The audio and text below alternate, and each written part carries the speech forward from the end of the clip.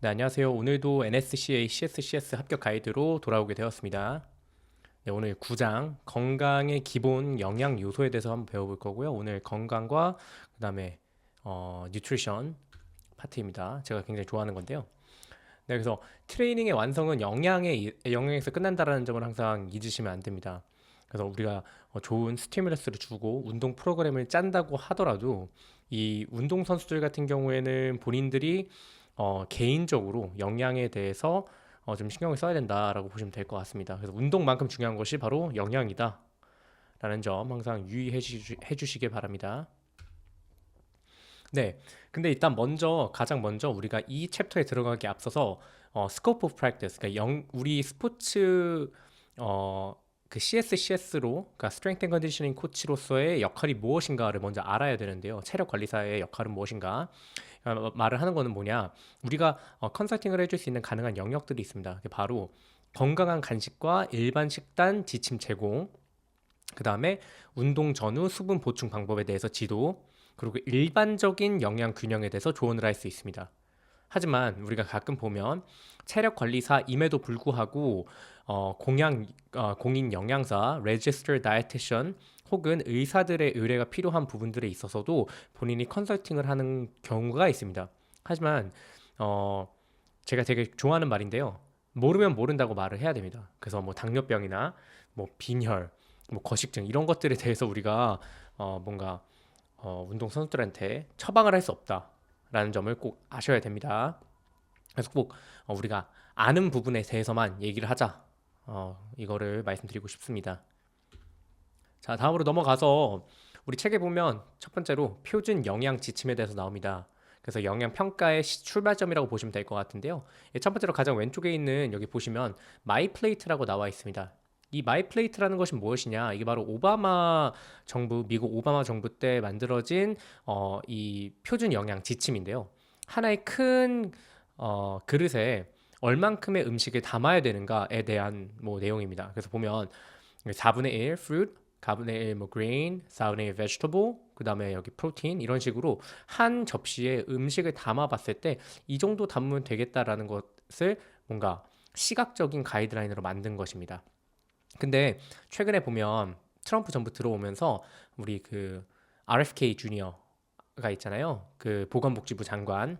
그분이 최근에 좀 논쟁적인 새로운 음식 역 피라미드를 발표하게 됩니다. 이게 바로 이 이번에 새로 나온 2025년, 2026년에서 나온 이 음식, 그래서 뭐 적색육이나 아니면 고지방 유제품, 그다음 지방들을 굉장히 높은 상단 피라미드에 넣고, 그다음에 여기 보면 탄수화물, 통곡미를 가장 밑으로 넣는 좀 논쟁적인 음식 역 피라미드를 내게 됩니다. 그래서 이걸 한번 알아보시면 좋을 것 같아요. 이거에 대해서 뭐 제가 평가를 하진 않겠다만 과학적인 어, 에비던스가 좀 부족한 이 역피라미드라는 점이 지금 학계에서 많이 요구가 되고 있습니다. 네, 그래서 오늘 가장 마지막으로는 식이 권장 섭취량에 대해서 한번 배워볼 건데요. 이 총 세 가지가 있습니다. 총 세 가지는 뭐냐? 첫 번째 RDA라고 하는 Recommended Dietary Allowance라고 하는 권장 섭취량입니다. 권장하는 거죠. 그리고 AI Adequate Intake, 그래서 충분 섭취량. 그리고 마지막은 Upper Limit라고 하는 섭취 허용 상한 수준입니다. 그래서 요것들이 전부 다 어떠한 기준을 보여주지만 각자 조금씩 다르다라는 점을 아시면 될 것 같습니다. 자, 넘어가서 큰 그림에서 우리가 영양소를 판단할 때 두 가지로 판단할 수 있습니다. 다량 영양소와 미량 영양소. 다량 영양소는 많이 들어보셨겠지만 macronutrients, 그 다음에 미량 영양소 micronutrients 이렇게 보시면 될 것 같고요. 그래서 이 다량 영양소와 미량 영양소 모두를 골고루 섭취를 해야 된다는 점을 아셔야 될 것 같고, 이 다량 영양소는 또 크게 세 가지로 나뉘게 됩니다. 우리가 탄단지라고 하는 단백질, 탄수화물, 지방으로 나뉘게 되고요.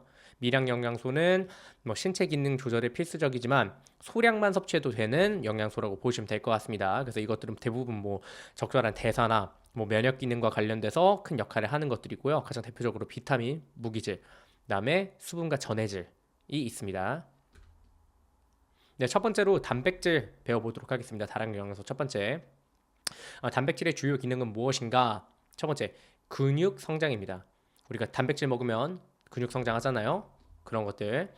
우리가 회복을 할 때 근육을 성장을 시킬 때는 단백질이 많이 필요합니다. 그래서 여기 보면 조직 수복, 뭐 근육 성장과 비슷한 내용인데요. 강도 높은 훈련을 하고 나면 우리가 다 찢어지잖아요.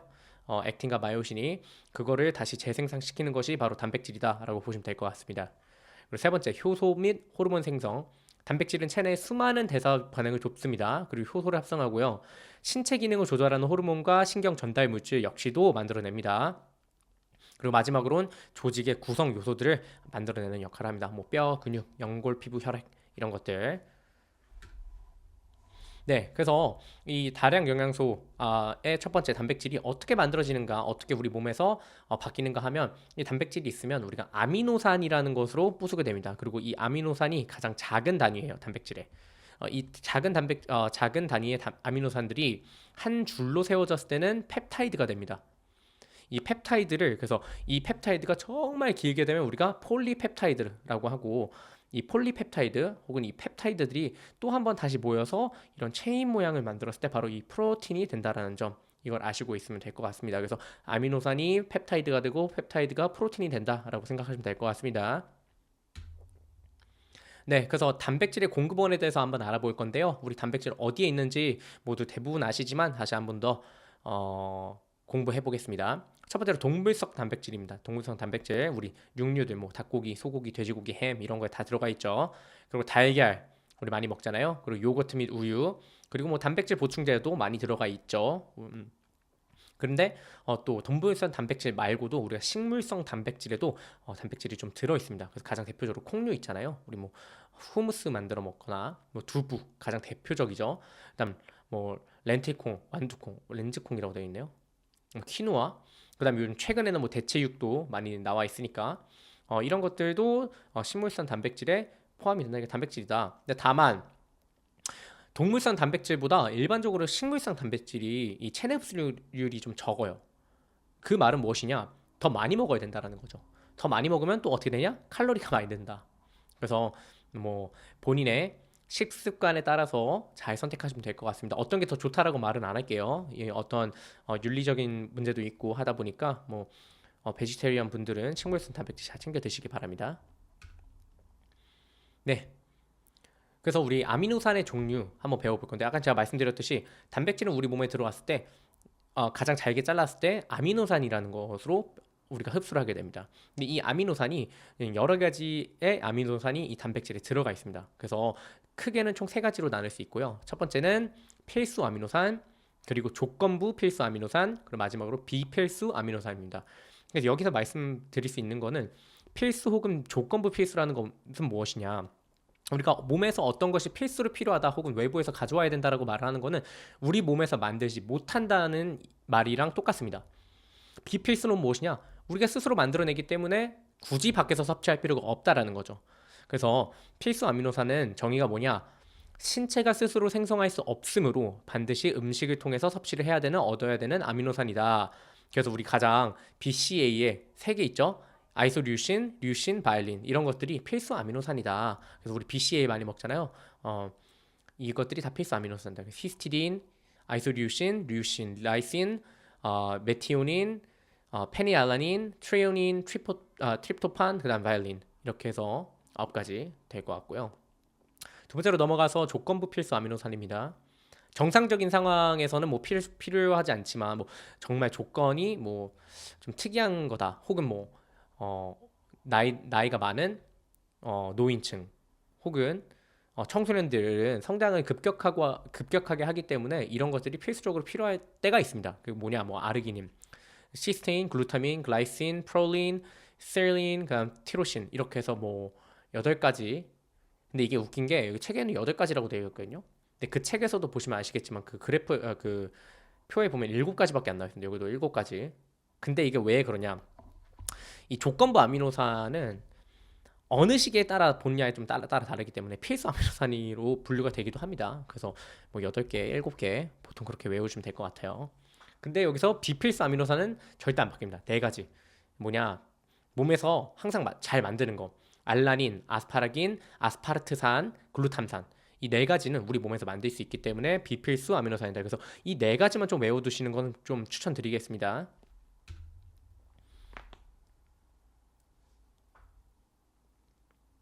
네, 그래서 단백질 섭취의 권장량과 허용 범위에 대해서 한번 배워볼 건데요. 이제 단백질 우리 잘 알다시피 1g당 4kcal를 제공하는 에너지 원입니다.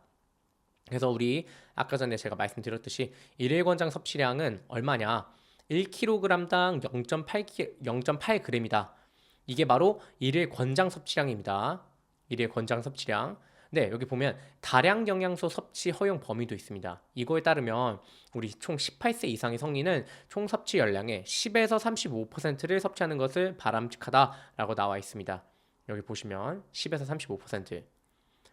그런데 유산소 운동 후에는 뭐 어느 정도 단백질을 먹어야 되는가 이런 얘기가 있는데요. 여기서 우리 책에서 추천하는 거는 4대1 혹은 3대1이다. 탄수화물과 단백질의 비율이. 그래서 요거는 좀 외워두시면 좋아요. 4대1, 3대1. 근데 다만 이 기준점은 일반 사람들의 기준점으로 한 겁니다. 그래서 우리가 다루고 있는 운동 선수들은 좀 적을 수 있다라는 거죠. 그래서 다음으로 넘어가서 좀 볼 건데요.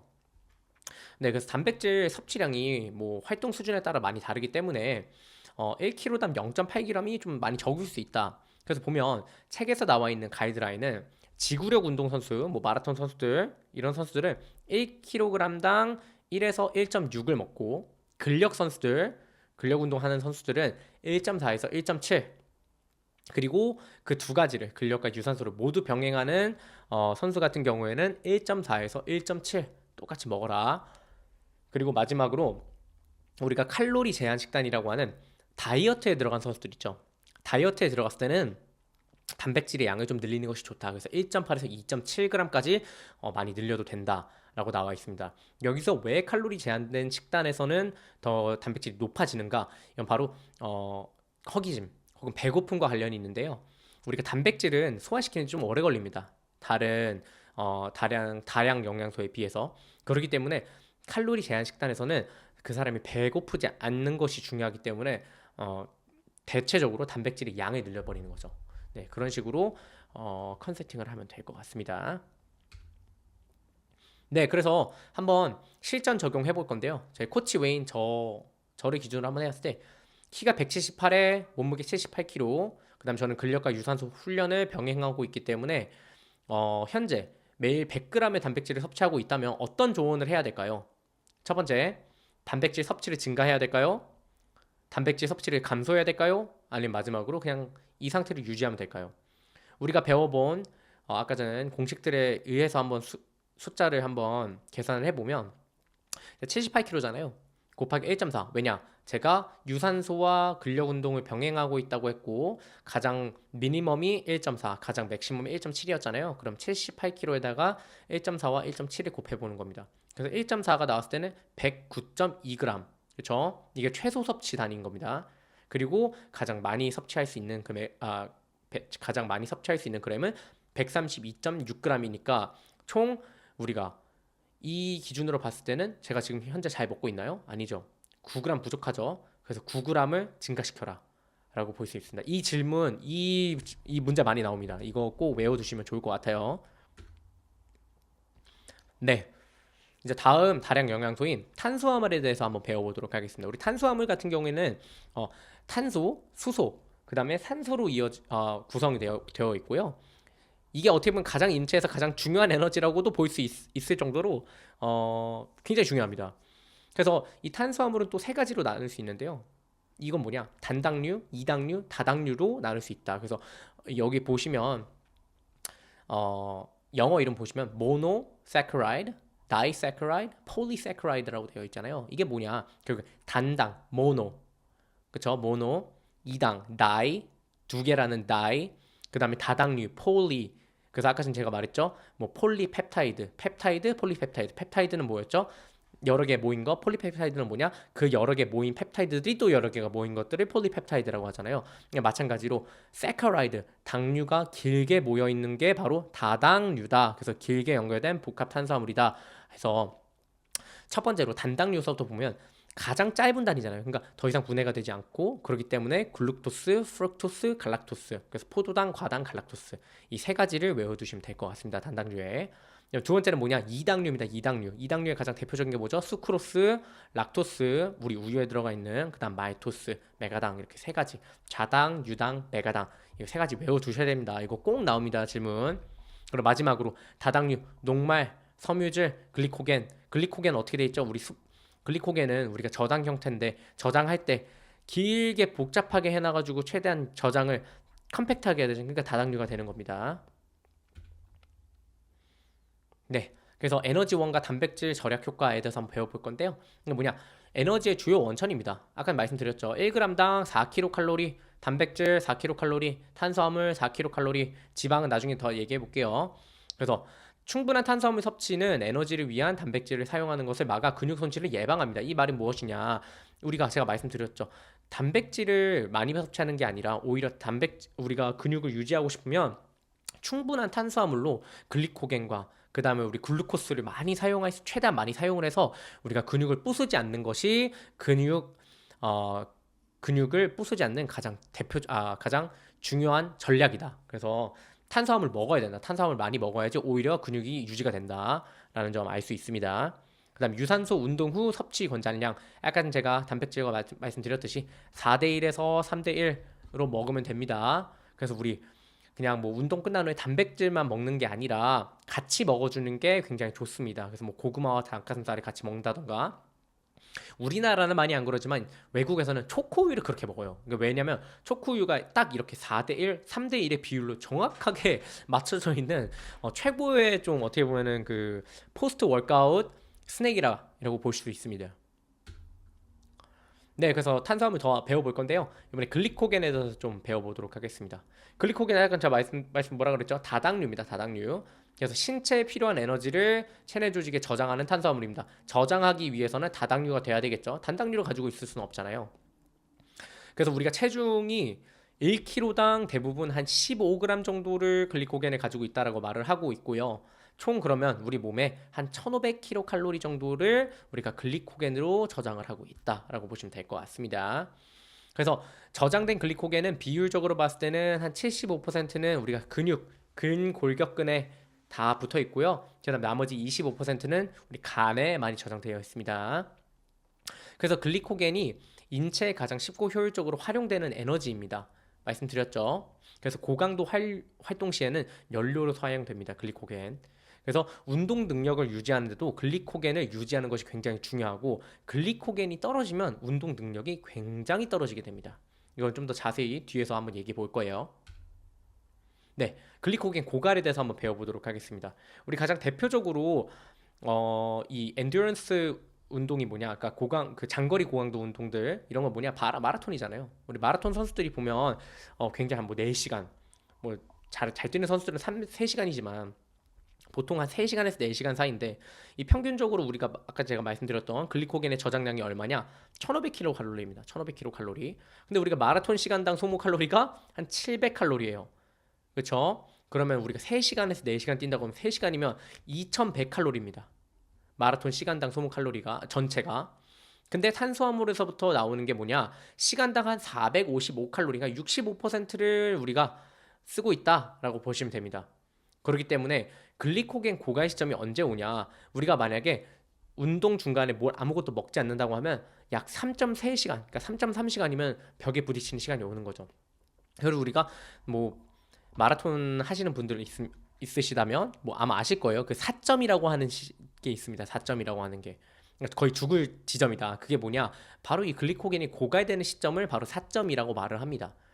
그렇기 때문에 우리가 운동 중에 마라톤 선수들이 뭐 젤 같은 거 많이 먹잖아요. 이게 왜 중요한가? 글리코겐이 떨어지지 않기 위해서 계속 글루코스를 넣어주는 거죠. 최대한 단당류를 먹어가면서 설탕 같은 것들. 그래서 장거리 운동 중에는 글리코겐 보충은 퍼포먼스 유지에 굉장히 중요합니다. 좀 더 자세하게 설명을 드리자면 왜 글리코겐이 떨어지지 않는 게 중요한가? 첫 번째로 운동 지속 시간이 증가하게 됩니다. 제가 말씀드렸듯이 충분한 글리코겐이 오히려 피로감을 지연시키고 운동을 더 오래 할 수 있도록 도와주게 됩니다. 그리고 제가 전에도 말씀드렸듯이 근육을 부수지 않는 거예요. 우리가 글리코겐이 많다면 굳이 근육을 깨부술 이유가 없잖아요, 몸이. 근데 만약에 글리코겐이 부족하다면 그때서부터는 근육이 이화작용인 카타볼리즘 상태로 들어가게 되고 그러면 우리 근육을 깨부수게 되는 거죠. 네. 그리고 마지막은 회복 속도의 가속화입니다. 우리가 운동 후에 글리코겐 저장량을 빠르게 회복시킨다는 것은 다음 훈련에 대비하는 굉장히 중요한 스텝이라고 볼 수 있습니다. 그래서 우리 유산소 지구력 운동 선수들이 위해서 탄수화물 어떻게 먹어야 되는가 알아보면 활동 시간당 탄수화물 섭취 보면 유산소 지구력 운동 선수는 활동 시간 매 시간마다 30에서 90g의 순수 탄수화물을 섭취하는 것을 권장됩니다. 이게 왜 그러냐? 우리 인체가 그러니까 1분당 약 1g의 탄수화물을 소화시킬 수 있습니다. 그러면 1시간에 60분이니까 60g까지 흡수가 가능한 겁니다. 다만 이게 사람마다 편차가 있기 때문에 30에서 뭐 한 90g까지는 먹으라고 권장을 하고 있는 겁니다. 뭐 일부 연구에서는 뭐 28에서 144g까지도 뭐 좀 넓게 해도 된다고 하는데 뭐 이게 일부 연구니까요. 네, 여기 책에 나와 있는 거는 30에서 90입니다. 네, 또 탄수화물에 대해서 배워볼 거는 우리가 카브로드 한번 배워볼 건데요. 우리가 글리코겐 로딩을 강제적으로 늘리는 거죠. 운동 전에, 대회 전에. 그러면 우리 글리코겐이 많아지니까 그만큼 더 유지를 잘 할 수 있게 되는 겁니다. 그래서 목표는 뭐냐? 경기 전날부터 탄수화물 섭취량을 좀 크게 늘려서 이게 근육과 간의 글리코겐 저장량을 최적화하고 지구력을 향상시키는 전략입니다. 그냥 뭐 장거리 달리기, 사이클, 뭐 철인 3종 경기에서 가장 많이 사용하고 있고요. 운동 선수들 뭐 축구 선수들도 사용하는 선수들이 있습니다. 그래서 권장 섭취량은 뭐냐? 경기 전 며칠 동안 한 1일 체중 1kcal당 8에서 10g의 탄수화물을 섭취하는 겁니다. 순수 탄수화물입니다, 이거. 이게 가장 대표적으로 많이 헷갈리시는 분들이 뭐냐면 그래 뭐 파스타 먹어야지 하고 1kcal 내가 70kg니까 70kg니까 700g의 탄수화물 먹어야 되니까 700g의 파스타 먹어야 되겠다. 이게 아닙니다. 700g의 탄수화물 먹으려고 하면은 순수 탄수화물을 계산을 해야 되는 겁니다. 파스타를 무게를 재는 게 아니라. 그래서 그렇게 해야 된다는 점. 네. 그래서 그럼 이제 경기 당일 경기 전 탄수화물 섭취 전략에 대해서 한번 배워볼 건데요. 우리 경기 시간에 따라 조금 달라지는데 일단 첫 번째로 경기 시작 전에는 지방 혹은 고섬유질은 절대 먹으면 안 됩니다. 왜냐? 흡수가 느려집니다. 이게 일반적인 상황에서 우리가 저속노화 혹은 이런 거 할 때 뭐라고 해요? 최대한 천천히 소화시킬 수 있는 음식을 먹어야 되고 그 다음에 뭐 혈당이 오르지 않도록 해야 되고 이런 것들 있잖아요. 근데 운동을 하는 때는 거의 반대라고 생각하시면 됩니다. 혈당 빡빡 올라가야 되고 그리고 그러니까 흡수가 빠른 음식들을 먹어줘야 되는 거죠. 오히려. 그래서 경기 4시간 전에는 체중 1kg당 1에서 4g의 탄수화물, 그러니까 약 한 100에서 200g 정도 되겠죠. 단백질 좀 먹어주는 것이 좋습니다. 4시간 전이니까 소화를 일부러 조금 늦추게 하는 거죠. 경기 2시간 전에는 1kcal당 1g 추가로 더 먹게 되는 거고 그 다음에 1시간 전부터는 진짜 단당 0.5g씩 해가지고 액상 탄수화물을 먹는 것을 권장합니다. 그래서 우리가 항상 먹던 음식 먹어야 되는 거는 뭐 당연한 거죠. 혹시라도 배탈 나면 안 되니까. 네. 그리고 이제 경기 시작했으면 운동 중에는 어떻게 먹어야 되는가. 이게 사실 가장 중요합니다. 중단거리, 그러니까 중장거리 운동 같은 경우에 고강도 운동 같은 경우에는 어떤 것을 전에 먹는가 보다 사실 중간에 어떤 것을 먹는가가 더 중요하고요. 그래서 뭐 마라톤 선수들 같은 경우에는 매 시간당 30에서 90g, 아까 말씀드렸듯이 30에서 90g의 탄수화물을 섭취하는 것을 권장하고 있습니다. 이게 왜 중요하냐? 운동 선수들이 운동 중에 계속 혈당을 내릴 거 아니에요. 운동을 하니까. 그렇죠? 혈당이 내려가겠죠? 그럼 혈당이 내려가는 상태에서 혈당이 더 이상 쓸 곳이 없으면 어떻게 할까요? 우리 글리코겐 쓰겠죠? 그럼 글리코겐이 빠르게 소진되기 시작합니다. 그걸 막는 것이 우리가 주기적으로 탄수화물을 먹어줌으로써, 그러니까 당을 먹어줌으로써 글리코겐이 쓰이지 않도록 혈당을 계속 올려주는 거죠. 계속. 예, 그래서 30에서 90g의 탄수화물을 섭취하는 것이 굉장히 중요하다. 그럼 고강도 운동선수들은 뭐냐? 우리가 탄수화물도 중요하지만 이 탄수화물을 어떻게 먹냐? 스포츠 음료를 좀 먹어라. 왜냐하면 이 선수들 같은 경우에는 중간에 쉬는 시간이 있으니까 게토레이 이런 것들 먹어야 된다.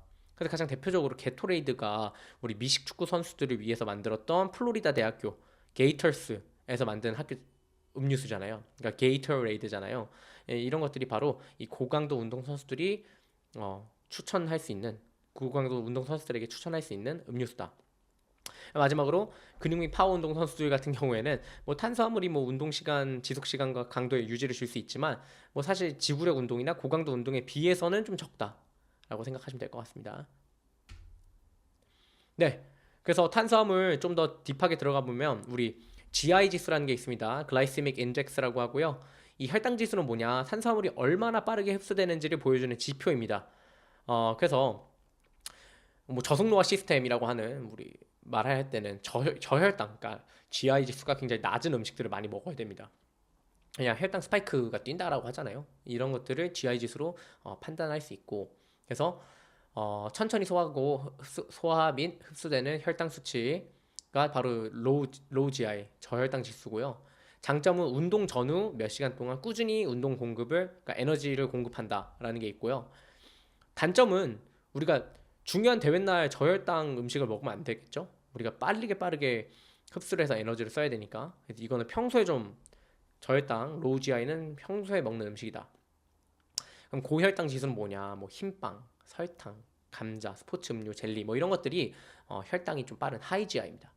그래서 이게 뭐 단점은 아닙니다. 이게 언제 쓰느냐에 따라 달라지는 거고요. 이것들을 잘 쓸 수 있는 코치가 돼야 된다. 그래서 고혈당 지수를 가지고 있는 식품들은 경기 당일날 좀 많이 먹이는 걸 추천드리고 있습니다.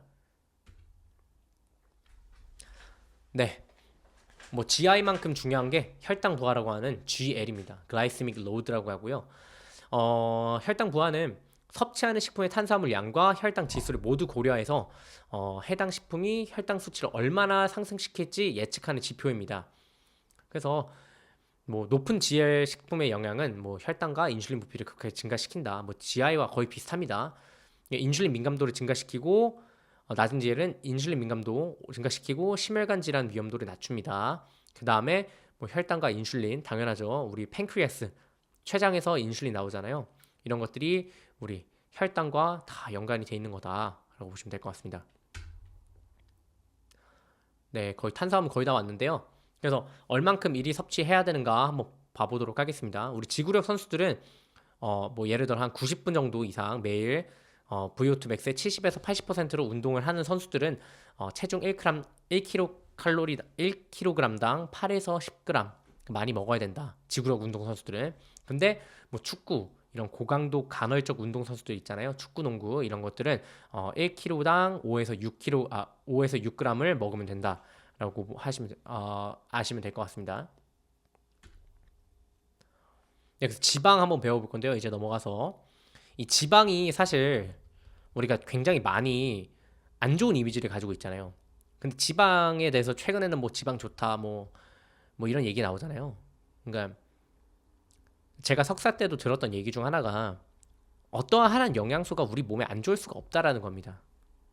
그래서 이런 트렌드가 계속 오래되거든요. 한때는 단백질이 나쁘다고 했다가 한때는 지방이 나쁘다고 했다가 최근에는 이제 탄수화물이 나쁘다고 말을 하잖아요. 이런 것들은 사실상 거의 듣기에 섹시하지만 한번 생각해 볼 필요가 있다라는 점이라는 거죠. 어떤 영양소 안 좋다라고 말을 하는 게. 그래서 네, 좀 다른 얘기였지만 이거 꼭 얘기해 보고 싶어서 얘기해 봤습니다. 지방은 뭐 권장 지방도 있고 피해야 될 지방이 있는데요. 가장 대표적으로는 지금 미국 보건복지부에서도 말을 하는 게 트랜스 지방은 좀 피해라. 트랜스 지방은 먹지 말아라라고 말을 하고 있고요. 권장 지방은 뭐 오메가3, 오메가6, 단일 불포화 지방, 무파, 그다음에 HDL 수치를 높게 해주는 뭐 그런 지방들은 좀 많이 먹어라라고 하고요. 지방은 아까 탄수화물과 단백질과 다르게 1g당 얼마죠? 9kcal를 내는 고효율, 그러니까 고밀도 에너지원입니다. 아시면 될 것 같습니다. 네, 그래서 지방의 핵심 기능들은 무엇이 있는지 한번 찾아보겠습니다. 네, 첫 번째로 신체 항상성 유지입니다. 뭐 체온 조절과 세포막 구성을 다 결국에 지방이 하고 있잖아요. 그리고 두 번째, 에너지원 당연하겠죠. 우리 9kcal니까 굉장히 높은 에너지원입니다. 그다음 장기 보호합니다. 왜 그러냐? 지방이 있어야지 우리가 여기 비스럴 팻이라고 하죠. 이 중간에 피하 지방 복부 지방. 예, 복부 지방이 있어야지 이런 좀 보호할 수 있다. 그다음에 지방이 좀 특이한 점이 호르몬 조절입니다. 왜냐면 우리 성호 호르몬, 스테로이드 호르몬 전부 다 지방에서 나오는 거거든요. 지방을 소화시키는 과정에서 이 호르몬 조절에 당연히 지방 필요하다. 그 다음에 지용성 우리 비타민들 있잖아요. 우리 비타민은 수용성이 있고 지용성이 있듯이 이 지용성 비타민을 운반시키는 역할도 역시 지방이다. 이거 비타민은 나중에 좀 이따 미량 영양소 하면서 다시 한번 배워보도록 하겠습니다. 네, 그래서 우리가 지방의 구성을 한번 볼 건데요. 첫 번째는 포화지방산에 대해서 한번 배워볼 겁니다. 포화지방산은 뭐냐? 첫 번째 구조적 특징, 수소로 포화된 탄소사슬이다라고 보시면 될 것 같고요. 여기 보이시면 여기 그림에 보면 흰색으로 나와 있는 부분들이 다 탄소입니다. 그래서 탄소 원자가 가능한 모든 수소 원자와 결합하여 빈 공간 없이 빽빽하게 채워진 형태를 가지게 되고요. 이게 마치 수소로 포화된 것처럼 보인다고 해서 포화지방인 겁니다. 그리고 여기 보면 이 이중 결합이 없는, 그러니까 탄소 원자들 사이에 이중 결합이 없는 것을 바로 포화 지방산이라고 말을 하는 겁니다. 여기 흰색 부분들끼리 다 싱글 결합이잖아요. 이 이중 결합이 없습니다. 이게 바로 포화 지방산이다. 그래서 안정적인 구조입니다. 포화 지방은 안정적인 구조예요. 이중 결합이 없으니까. 그렇기 때문에 신체가 분해하여 에너지를 사용하는데 많은 노력이 필요하고 시간이 필요합니다. 이 이유 때문에 이게 안정성이 있다라고 보시면 될 것 같습니다. 자, 넘어가서 이번에는 불포화 지방에 대해서 한번 배워볼 건데요. 불포화 지방의 구조적 특징은 뭐냐? 바로 이중 결합입니다. 이중 결합. 여기 보시면 여기 이중 결합 하나 있고 여기 밑에도 이중 결합 하나 있잖아요. 핑크색 그림에도. 이게 바로 포화 지방산보다 신체가 더 효율적으로 분해하고 에너지원을 사용할 수 있는 이유입니다. 우리가 포화 지방보다.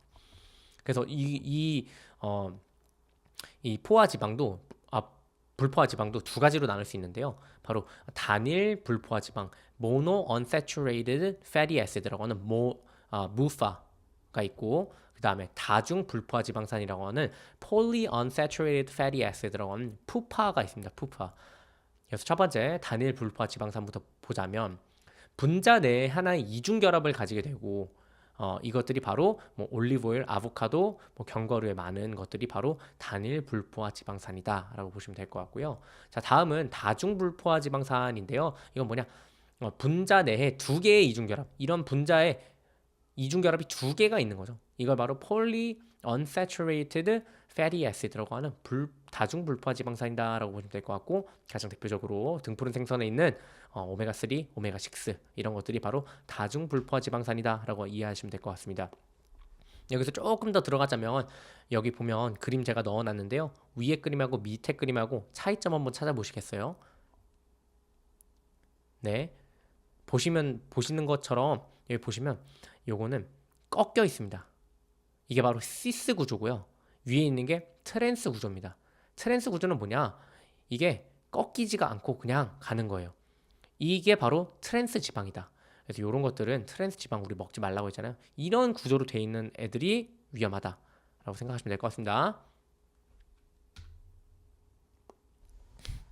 네, 그래서 제가 말씀드렸던 푸파에서 가장 중요한 오메가3, 오메가6에 대해서 좀 배워볼 건데요. 첫 번째, 오메가3 우리 알파리놀레산이라고는 ALA는 체내에서 DHA와 EPA로 전환돼서 혈압을 낮추는데 기여합니다. 그리고 염증 감소에 영향이 있다고 하잖아요. 오메가3 심혈관 건강 증진에도 중요한 역할을 하고 있습니다.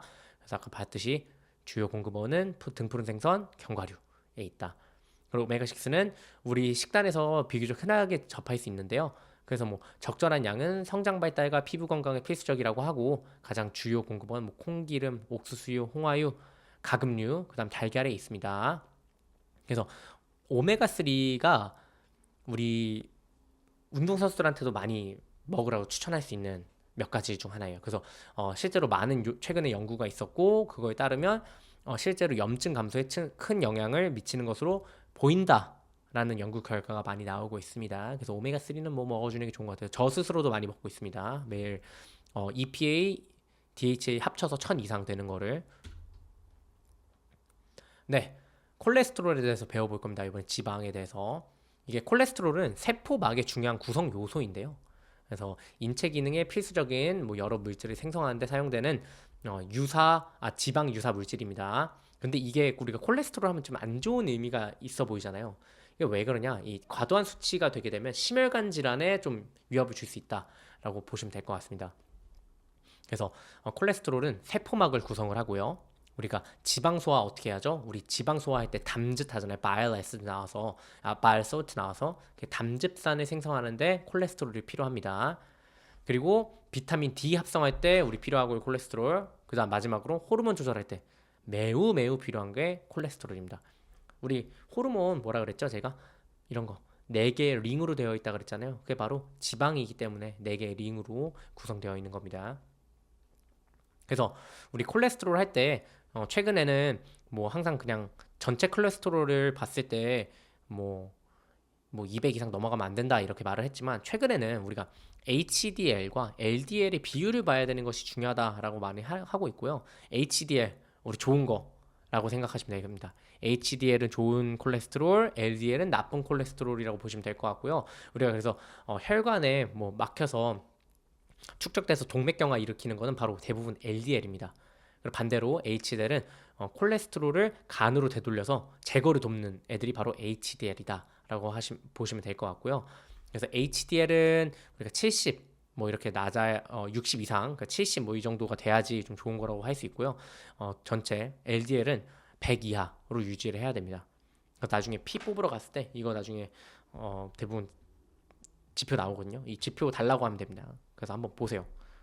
저도 주기로 하고 있습니다.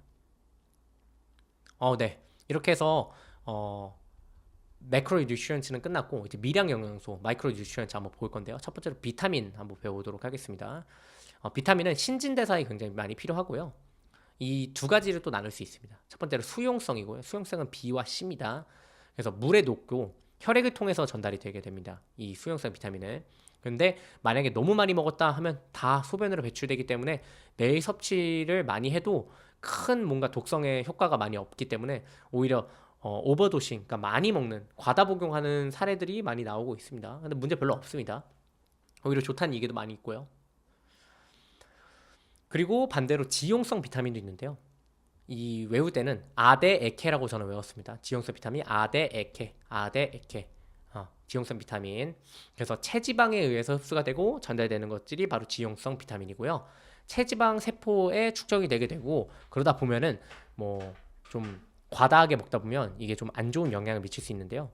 뭐 여러 가지가 있지만 가장 대표적으로는 간송상, 그다음에 심장 부정맥, 뭐 혈중 칼슘 농도 증가, 어지러움증 이런 것들이 있을 수 있다라고 생각하시면 될 것 같습니다. 그래서 우리 지용성 비타민 이거 위험하다 그랬잖아요. 그래서 지용성 비타민 할 때 꼭 항상 UL, 어퍼 리미트, 섭취 허용 상한 수준을 항상 꼭 지켜야 됩니다. 항상 이거 외워두셔야 됩니다. 그래서 뭐 비타민 우리 뭐 과다 복용한다는데 뭐 지용성 비타민도 과다 복용해볼까? 진짜 큰일 납니다. 진짜 안 됩니다. B하고 C만 해야 되는 겁니다. 수용성. 자, 우리 무기질 신진대사의 핵심 조력자라고 나와 있는데요.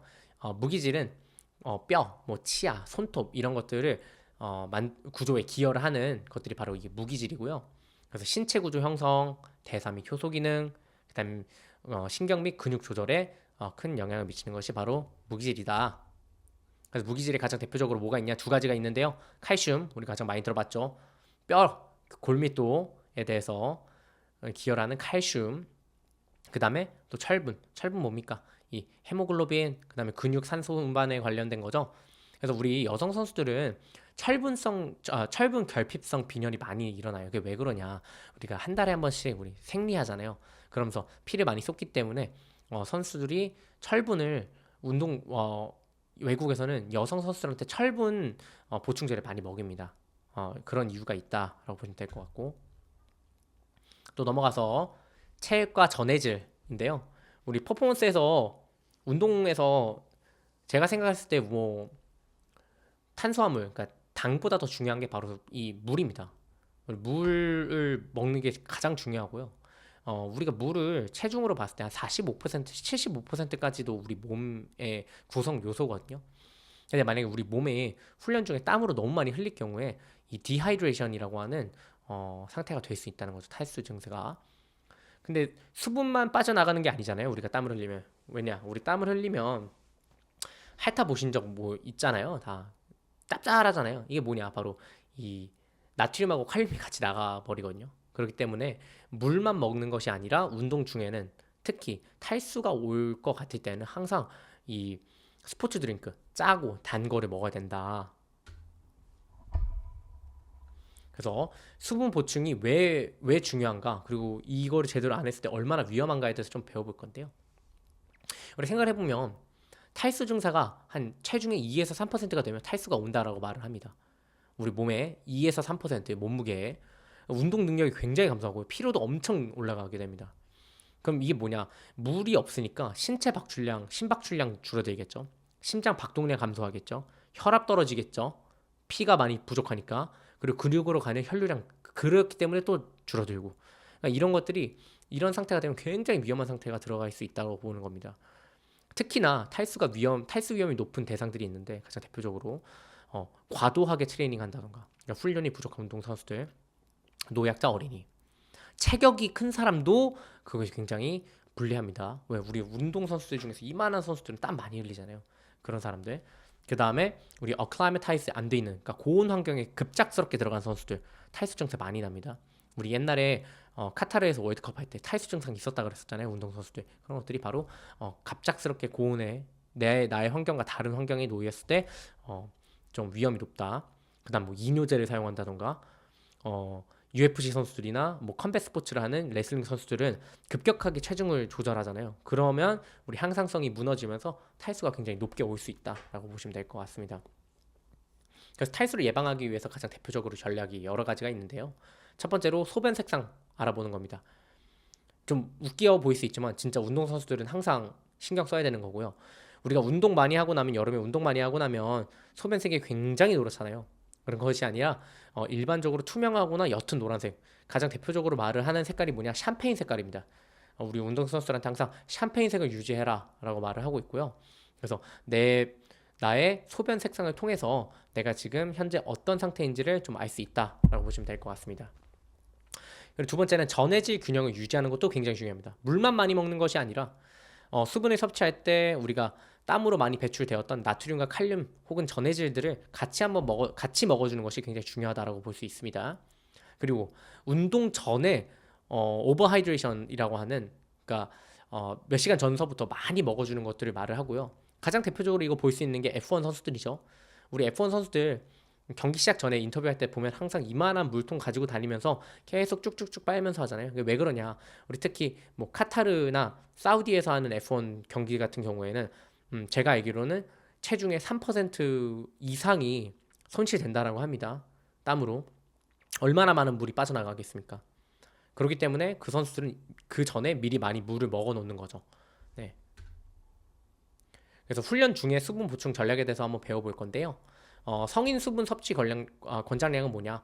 훈련 중 15분마다 한 100ml, 그러니까 89ml에서 237ml 정도, 그러니까 3에서 8온즈 정도 수분을 섭취해라라고 말을 하고요. 여기에 대해서 제가 조금 더 추가하자면 굉장히 많은 연구들이 있습니다. 이 수분 섭취와 관련돼서. 근데 우리가 목마름이라는 신호 자체가 굉장히 느린 신호입니다. 따라서 운동선수들한테 너네 알아서 물 잘 먹어라고 하면 항상 탈수 증상이 옵니다. 따라서 의식적으로 그냥 워터타임, 그러니까 워터 브레이크를 주고 15분마다 그냥 무조건 물을 먹게 하는 것이 오히려 수분을 유지하는데 더 효과가 좋았다라는 연구가 있습니다. 그렇기 때문에 우리 운동선수들 코칭할 때, 특히 어린 친구들 코칭할 때는 본인이 목마른지도 잘 모르거든요. 네, 그런 것들을 좀 의식적으로 우리가 코치로서 먼저 제공을 하는 것이 좀 중요하다, 훈련 시간에. 자, 그 다음에 스포츠 음료입니다. 우리 물 먹진 않잖아요, 대부분. 우리 스포츠 음료 먹듯이. 왜 그러냐? 운동 시간이 긴 경우에는 우리가 탈수 증상이 날 때, 제가 말씀드린 전해질도 많이 빠져나가기 때문에 뭐 나트륨, 칼륨, 탄수화물, 이 당 같이 먹을 수 있는 스포츠 음료를 좀 주는 것이 좋다라고 외워두시면 될 것 같습니다. 네, 그래서 전해질에 대해서 좀 배워볼 건데요. 우리 전해질 왜 중요하냐? 밀양 영양소인데 우리 몸이 결국에 삼투압 현상, 그 다음에 semi-permeable이라고 하는 이 누구는 보내고 누구는 안 보내는 형태로 우리가 결국에 다 신호를 전달하는 거잖아요. 근데 그거의 가장 대표적인 게 뭐냐? 결국에 우리 몸 안에 있는 수분이 얼만큼의 농도를 가지고 있느냐가 굉장히 중요합니다. 그 농도는 누가 결정을 하는가? 전해질, 단백질, 이런 것들, 당, 이런 것들이 결국에 우리 몸 안에 있는 농도를 결정하는 요소 중 하나입니다. 그렇기 때문에 수분 유지, 근육 수축, 신경 전달, 이런 것들이 전부 다 전해질이 부족할 때는 나타날 수 있다라고 보시면 될 것 같습니다. 네, 그래서 전해질 좀 더 알아보자면 가장 대표적으로 나트륨 있죠. 나트륨 우리 짠기라고 말하는 거, 짠맛 나는 거, 이게 바로 나트륨인데요. 우리가 운동 중에 땀으로 인한 나트륨 손실이 0.2에서 12.5g까지도 빠져나갑니다. 그래서 운동선수들이 굉장히 짜게 먹는 거 아세요? 혹시? 이 운동선수 굉장히 짜게 먹어야 됩니다. 운동 많이 하는 선수들 같은 경우에는. 이게 왜 그러냐면 우리가 물을 먹게 되면 농도가 줄어들게 되는 거죠. 우리가 빠져나간 거는 물하고 땀이 나트륨이 같이 나가는데 물만 먹게 되면 이 나트륨 수치가 낮아지게 되면서 저나트륨 혈증이라고 하는 하이포나트륨이아라고 하는 이게 오게 됩니다. 이건 뭐냐? 바로 혈중 나트륨 수치가 125리터당 밀리몰이 되면 이거보다 낮아지게 된 상태를 바로 의미를 하고요. 이게 되면 진짜 위험합니다. 진짜 위험합니다. 그래서 운동선수 중에서 물 먹다가 이렇게 오는 경우가 있거든요. 나 물 먹었는데 왜 그러지? 이건 탈수와는 관련이 없는 겁니다.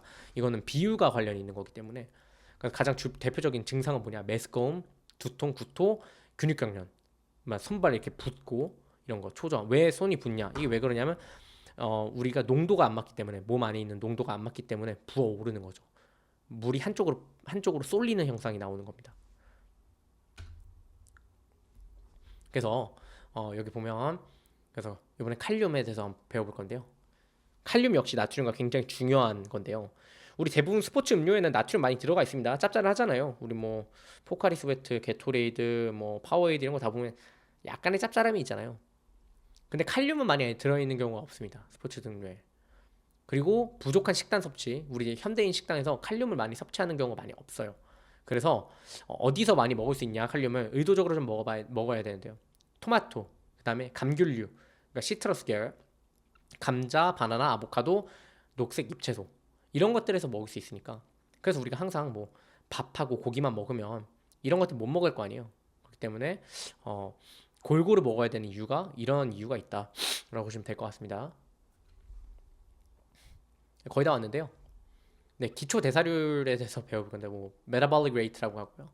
기초 대사량인 BMR이라고 하는 총 에너지 한 65%에서 70%를 차지하는 부분이고요.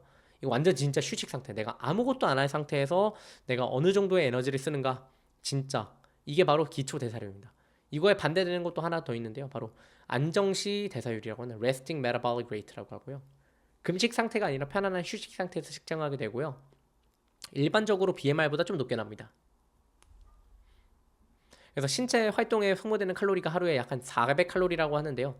이게 한 25%를 차지하지만 운동선수들 같은 경우에는 400칼로리가 아니죠. 뭐 한 2000칼로리, 3000칼로리를 태우는 경우가 있으니까 그런 경우에는 그거에 맞게 영양을 섭취해야 된다라고 보시면 될 것 같습니다.